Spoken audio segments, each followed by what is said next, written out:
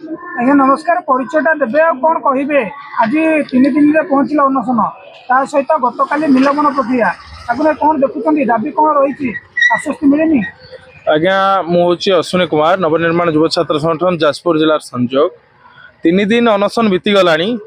ଆଜି 3 ଦିନରେ ସମସ୍ତେ ଅଖିଆ ପଡ଼ିଛନ୍ତି। ଏଠି ଝିଅ ସହିତ ମା ଏବଂ ମୁଁ ସମସ୍ତେ ଆମେ ଏଠି ଅଛୁ, 5-6 ଜଣ ଅନଶନରେ ବସିଛୁ।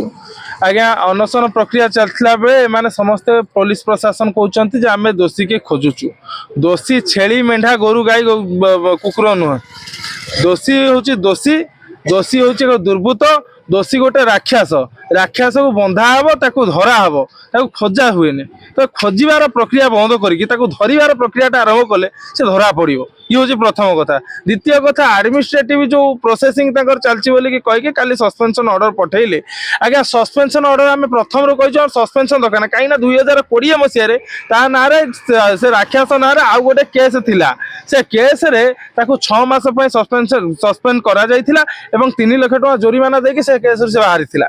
ତ ପୁଣି ଥରେ ସସ୍ପେଣ୍ଡ ତାକୁ କଲେ, ପୁଣି ଥରେ ସସ୍ପେଣ୍ଡ କରିବା ଦ୍ୱାରା କ'ଣ ହେବ ନା ସେ ସାହସଟା ପରେ ସସ୍ପେଣ୍ଡ ତ ହେଉଛି ଆଉ କ'ଣ, ଆଗକୁ କେସ୍ କଲେ କିଛି ଡର ଭୟ ନାହିଁ। ତ ତାକୁ ଥରୁଟିଏ ଗୋଟିଏ ଗୋଟିଏ ରାକ୍ଷସକୁ ଯଦି ଆମେ ଥରୁଟିଏ ବଳିଦାନ ଦେବା, ତାକୁ ବଳି ଦେବା, ଆଜ୍ଞା ତାକୁ ଥରୁଟିଏ ଚାକିରିରୁ ସମ୍ପୂର୍ଣ୍ଣ ବାହାର କରିଦେବା, ତାହେଲେ ସେ ଜିନିଷ ସମସ୍ତେ ଗୋଟେ ଶିକ୍ଷା ପାଇବେ। ନାଇଁ ପ୍ରକୃତରେ ଆମେ ଦୋଷ କରିବା, ପ୍ରକୃତ ଉଚିତ ଦଣ୍ଡଟା ଆମକୁ ନ୍ୟାୟ ବିଧାନ ଅନୁସାରେ ଦଣ୍ଡ ଯାହା ବିଧାନ ଅଛି ସେ ଜିନିଷ ଆମକୁ ମିଳିଲା।